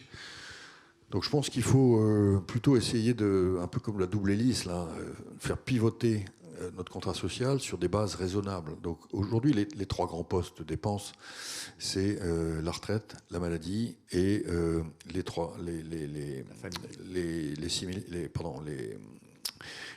milliards de salaires de fonctionnaires, les 6 millions de fonctionnaires. Dans la dépense publique. Voilà. Et le reste, ensuite, c'est une poussière de choses marginales. Typiquement, le budget du ministère de la Justice est équivalent au budget des indemnités journalières maladie, quoi. Voilà. Et donc les gros postes sont ceux sur lesquels il faut commencer. Hein. Et comme par hasard, les 2 premiers sont liés à la vieillesse. Non pas la vieillesse au sens où on serait décrépit, à la longévité plus exactement, hein, qui est plutôt une très très belle nouvelle. C'est-à-dire qu'on a des seniors en pleine forme, que je refuse d'appeler seniors d'ailleurs, moi je les appelle les experts. Hein, et c'est toute la France de 60 à 70 ans qui doit rester connectée au monde du travail, qui souvent d'ailleurs découvre en ayant pris sa retraite que c'est dépressif cette affaire. Et qui ne demande pas mieux que de retrouver un sens à sa vie, une utilité collective, etc. Et pas seulement dans le monde associatif. Donc je pense que là aussi, on a complètement fait fausse route en laissant penser aux gens qu'ils étaient légitimes à penser qu'ils allaient vivre une sorte de moment enrichi à l'uranium, d'hyperbole vitale, le jour où ils s'arrêteraient de travailler. C'est l'inverse qui se produit malheureusement. Donc mettre la France au travail, mais c'est bien pour moi le travail. Le travail, c'est la santé, quoi. Entre 60 et 70 ans, pour moi, c'est la mère des batailles. Hein, c'est la première des mères des batailles. La deuxième des mères des batailles, c'est que quand vous sortez de l'hôpital, comme moi, ça m'est arrivé 3 fois depuis le mois de décembre, là, vous ne vous posiez pas la question de savoir comment il se fait qu'on ne vous a facturé que 8 € à chaque opération en anesthésie générale. À bientôt, Patrick. Donc il faut un reste à charge. Il faut rétablir un reste à charge. Il faut remettre de la transparence sur le coût de la santé. Hein, il faut qu'on sorte avec la facture. Ça, c'est quelque chose que Marisol Touraine voulait faire. Mais à l'époque, le Parti socialiste a considéré que c'était culpabilisant. Donc il faut revenir sur toutes ces idées qui sont des idées, des mauvaises pistes. Non, les Français comprennent très bien qu'on leur dise la vérité des coûts. Hein. Quand on a créé le PLFSS, vous savez, le projet de loi de finances de sécurité sociale en 1995, qui était l'idée que le Parlement allait voter une enveloppe globale. Bon. À l'origine, il devait s'appeler le projet de loi d'équilibre de la sécurité sociale. Et le ministre de l'époque a considéré que mettre équilibre, c'était victimisant, c'était culpabilisant pour les Français. Et donc il a supprimé le mot équilibre. Il faut revenir sur tout. Voilà. Et je vous assure que si on fait, comme ailleurs en Europe, travailler nos experts, hein, qui sont en pleine capacité de transmission, qui sont au top du top de leurs compétences, et qui ont le ventre plat, qui sont en pleine santé, qui courent le marathon, ils sont quand même très nombreux maintenant, quoi. La civilisation du loisir, ça a produit des seniors qui sont plutôt en bonne santé. Ouais, quoi. Dimanche, ça courait beaucoup. Hein. Eh ben, donc si vous faites ça, et vous rajoutez, et vous remettez un reste à charge dans la maladie, alors il y a un vrai débat. Le reste à charge, est-ce qu'on le met sous condition de Tu l'as pas ressources ? tranché, voilà. Alors, Si, moi, toi, tu as un avis là-dessus dans le livre, tu le dis. Attends, le reste à charge, il y a plein de gens qui ne peuvent pas le payer. Donc il est pour qui ? Et donc je le dis qu'on le met sous condition de ressources. À quel niveau ? Ça, c'est à voir. Il faut voir combien tu souhaites que ça rapporte. Plus tu mets ta condition de ressources haut, moins ça rapporte. C'est tout. Hein. Et donc c'est clair que comme on est une société dans laquelle il n'y a pas de riches, ou si peu, tu es obligé de mettre une condition de ressources. Si tu veux qu'elle rapporte, il faut que la condition de ressources soit assez basse. Est-ce qu'on peut se faire élire en proposant ça ? Écoute, j'ai envie de te dire, c'est comme si tu dis... Parce que pour moi, franchement, sincèrement, je vous dis, c'est existentiel tout ça. Non, mais ça, on est tous conscients, je crois. C'est-à-dire qu'il n'est pas exclu qu'on soit en train d'écrire l'histoire de l'Ancien Régime avant la Révolution. Si on fait pas, sinon, mais sans blague, si on ne fait pas le job. C'est vertigineux. Hein. Et donc, ta question, finalement, c'est comme si on disait est-ce qu'on peut vraiment aller au combat sans se faire tuer, quoi ? Ça existe, une guerre où on ne se fait pas tuer ? Ben non. Ben je pense que non. Je pense que la noblesse du combat politique dans des situations qui sont des situations. L'autre façon de le dire, c'est est-ce qu'il y aura des candidats qui le proposeront ? Alors bon, quand j'en parle avec certains, ils me disent il n'y a pas la possibilité d'un millimètre d'offre politique sur ce que tu dis. Bien sûr, j'entends ça. Mais on a encore 9 mois pour faire changer ça. Pour que les Français le demandent, en fait. Que les Français disent attendez, arrêtez de nous mentir. Dites-nous quand même un peu la vérité, quoi. Et moi, je suis vraiment beaucoup sur le terrain et je commence à sentir ça.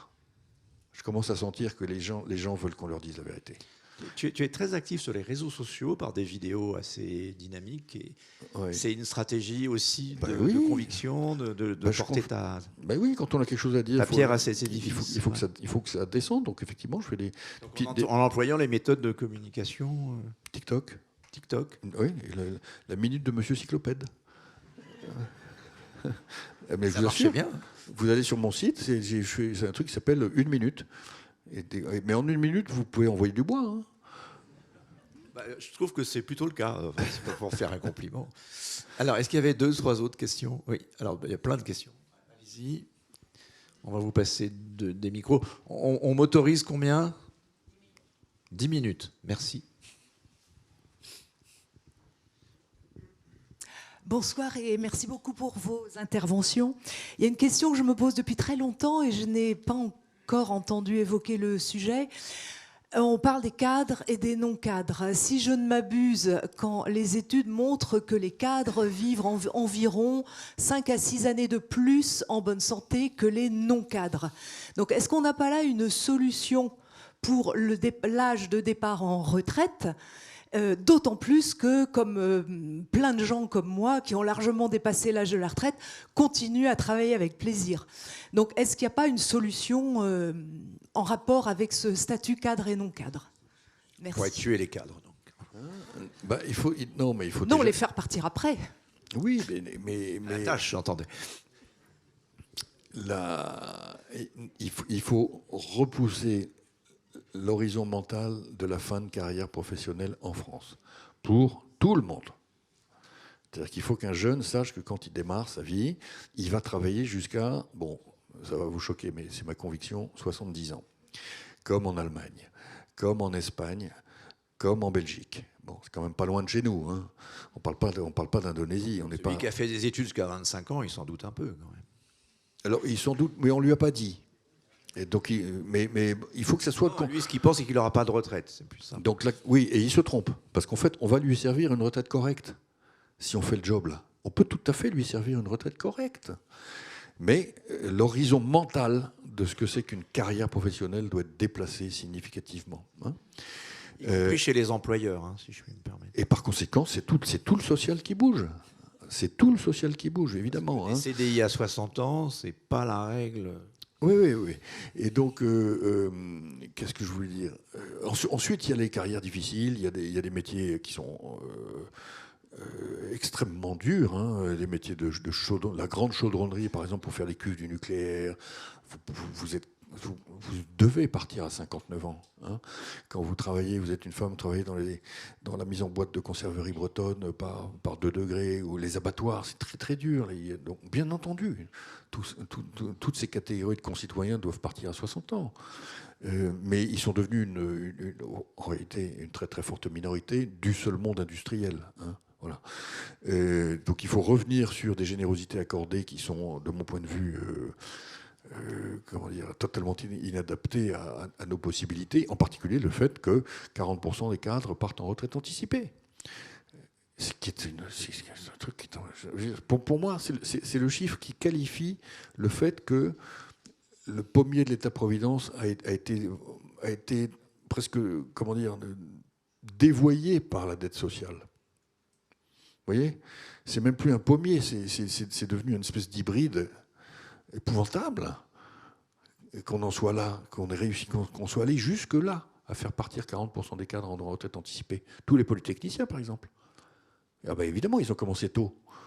Hein, ils intègrent l'X à 21 ans, donc paf, ils sont en retraite anticipée. Alors je ne dis pas qu'ils l'apprennent, mais dans les chiffres de Agir Carco, en 2025, 40% des entrées Agir Carco de 2025 sont des départs anticipés. Hein. Voilà. Autre question? Allez-y. J'ai pas le micro, donc je suis désolé, je ne vois pas bien au fond. Allez-y. Bonjour Nicolas, merci, c'était très intéressant. J'ai presque fini votre livre. Et il y a un truc qu'on note à chaque fois, c'est que le changement structurel se fait que quand il y a une violence comme en Grèce ou en Allemagne. Et on ne l'a pas eu encore en France. Mais est-ce que l'arrivée de l'intelligence artificielle, c'est pas l'opportunité politique pour aligner la droite et la gauche, globalement, pour dire ça va cracher? Moi, je travaille sur une intelligence artificielle de prévision financière qui s'appelle Angelstar, c'est sur les TPE, mais je l'ai utilisé pour aussi regarder le budget de la France et l'impact, en fait, potentiellement vrai à 50%, c'est qu'en 2028, il y a 900 000 chômeurs en col blanc en plus, donc ça fait 5 points de chômage supplémentaires, 150 milliards de moins pour l'État en enlevant les cotisations sociales, l'impact sur la TVA et le revenu. Donc, l'avantage politique, c'est qu'aujourd'hui, cet ennemi, il est virtuel, il n'est pas français. Donc, on peut, sur les plateaux télé, aller dire l'IA, c'est méchant. On va réglementer de façon en Europe, comme on sait bien faire. Donc, tant qu'à faire, est-ce qu'on ne peut pas en parler dès maintenant pour qu'à la présidentielle, on dise bon, bah, vous savez quoi, dans tous les cas, il faut trouver un système équilibriste, quels que soient les montants financiers qui vont arriver, parce que dans tous les cas, l'IA va mettre tout le monde par terre. Et pour une fois, ce n'est pas juste des ouvriers qui sont touchés, c'est des cols blancs. Alors, Nicolas, l'IApocalypse. Oui, je sais pas si je ferais ça, parce que ça consiste à aller chercher, encore une fois, une sorte de bouc émissaire à l'extérieur, un peu comme si au début de la révolution industrielle, on avait dit c'est la machine. C'est la machine qui est responsable, et ça a donné les mouvements qu'on appelait à l'époque, vous vous souvenez, hein, dans vos manuels d'histoire, les mouvements ludistes. Des bandes d'ouvriers qui allaient détruire les machines à filer, hein, et qui allaient casser la machine parce qu'en fait, elle détruisait de l'emploi. Je pense que il faut jamais blâmer l'histoire. L'histoire, elle est devant nous, elle va arriver, ça va nous tomber dessus. Mais le problème, c'est qu'on n'est même pas préparé à absorber cette vague-là, quoi. On n'était pas préparé à absorber la vague chinoise dans l'industrie, hein, et on n'est absolument pas préparé aujourd'hui du point de vue de nos équilibres fondamentaux de l'État. Est-ce que ça peut être la dernière lame qui nous tombe dessus, en plus du vieillissement, qui fasse tomber le modèle social? C'est ça la question que je crois. En fait, on a été vraiment imprévoyant. C'est-à-dire que le rôle... Je vais vous dire quelque chose. La Ve République, la constitution de la Ve République, telle qu'elle a été pensée par le général de Gaulle, elle a été destinée à donner de la force à la France, donner de la force à l'État, donner de la force au chef de l'État, de manière à anticiper tous les mécarentes possibles, hein, que ça ne se reproduise plus jamais.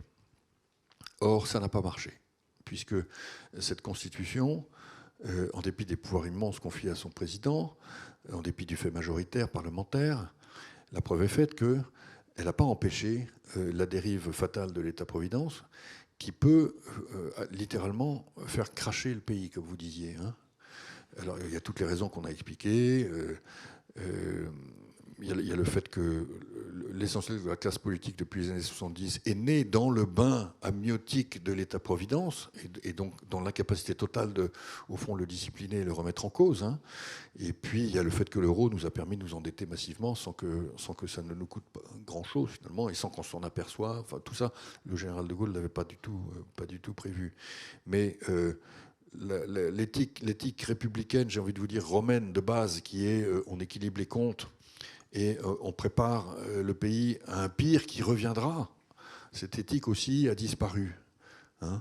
Et alors que la responsabilité de la Ve République, c'était de construire une France antisismique, prête à soutenir en fait les chocs successifs de tremblements de terre qui allaient inévitablement arriver, n'a pas été fait. Et donc, imaginez un Japon qui n'aurait pas de normes antisismiques. Ben, c'est la France. Hein, on est assis sur une faille de Sant'Andrea, là, qui est en fait une faille sociale et technologique, vous avez tout à fait raison de le dire, hein, et géopolitique, et tout ce que vous voulez, hein, et on n'est pas antisismique. On a juste posé nos maisons sur le sol. Et donc, au moindre tremblement de terre, ça donne ce qui se passe, c'est-à-dire que l'État-providence tombe par terre en 92, retombe par terre en 2008, retombe par terre en 2011 avec la crise de l'euro, tombe par terre avec les gilets jaunes, puis avec, évidemment la pandémie, et retombe par terre avec l'Ukraine. Et à chaque fois qu'il tombe par terre, c'est 500 milliards de dettes de plus, puisqu'on dit aux Français, rien ne va changer pour vous. On leur dit, c'est des crises, oubliez, on s'en charge, c'est bon, ne vous inquiétez pas. Hein. Et donc, ce qui a manqué dans la Constitution de la Ve République pour nous protéger contre cet enchaînement vraiment tragique, hein, je pèse mes mots, c'est la règle d'or.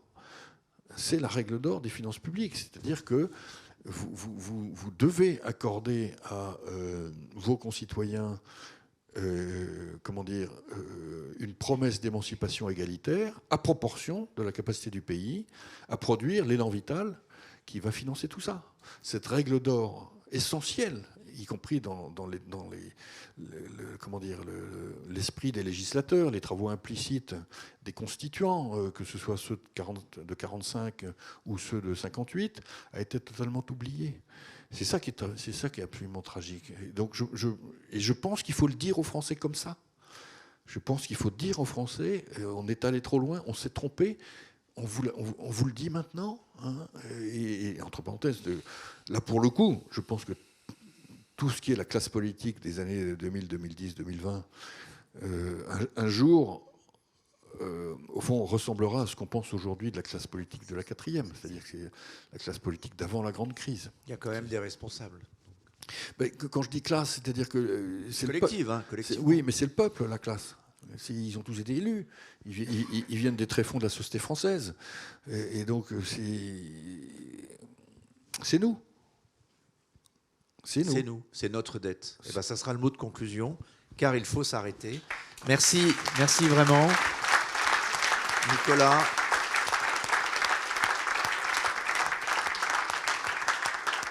Et à bientôt pour d'autres soirées au MEDEF.